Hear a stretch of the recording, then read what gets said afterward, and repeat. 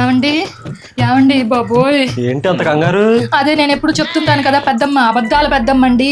ఆవిడ మన ఇంటికి వస్తుందంట. ఎందుకు ఇప్పుడు? అయ్యయ్యో అదేంటండి, వస్తానంటే రావద్దని చెప్తామా ఏంటి? పెద్ద వయసు కదా, తలా 4 రోజులు అందరిళ్లలో ఉంటుంది ఆవిడ. సరే, నువ్వు ఆ మట్టుకు ఆవిడతో జాగ్రత్తగా ఉండు. నేను కాదు, ముందు మీరు కూడా జాగ్రత్తగా ఉండండి. నోరు తెరిస్తే అన్ని అబద్ధాలు. ఆవిడతోటి మాత్రం చాలా జాగ్రత్తగా ఉండాలి. సరే సరే. ఆ. అమ్మాయి అమ్మాయి అమ్మాయి రా పెద్దమ్మ రా. ప్రయాణం బాగా సాగిందా? ఏ సాగటం ఏంటి? ప్రయాణంలో చక్కగా ఒప్పుచేద్దాం అనుకున్నా, అసలు నిద్రే పట్ల. మహాతల్లి మొదలెట్టేసింది అబద్ధాలు. మొహం చూస్తే దిట్టంగా నిద్రేసినట్టుంది. అసలు నిద్రే పట్టలేదంట చెప్తుంది. ఒరే, ఈ కాలంలో సత్యహరిశ్చంద్రులా ఉంటావంటే కుదరదురా. నన్నే తీసుకో. నా పిల్ల నగలు తీసుకెళ్లి బ్యాంకులో తాకట్టు పెట్టా. అదే ప్లేస్లో గిల్ట్ నగలు పెట్టా.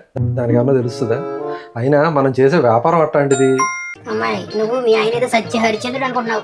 నిన్ను నిండా మోసం చేసేస్తున్నాడు. నీ దగ్గర ఉన్నవి ఇంటి నగలు, ఒరిజినల్ నగలు ఎప్పుడో తాకట్టు పెట్టేశాడు మీ ఆయన. పెద్దమ్మ ఆపుతావా? మా ఆయన సత్యహరిశ్చంద్రుడు అనుకోవటం కాదు, మా ఆయన సత్యహరిశ్చంద్రుడే. నీకు వయసు పెరిగి దొబ్బేస్తుంది మైండ్. అదిగా అదే పెద్దలు ఏం చెప్పారు?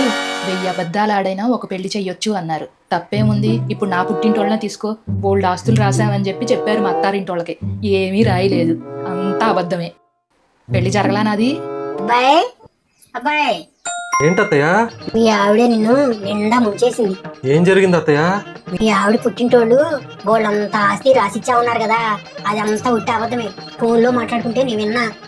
అత్తయ్య, మా ఆవిడ ఎప్పుడు అబద్ధాలు చెప్పరు. మీరేం విన్నారో ఏంటో. నేనైనా అప్పుడప్పుడు అబద్ధాలు చెబుతూ ఉంటా. వీళ్ళైతే అబద్ధాలనే బతికేస్తున్నారు.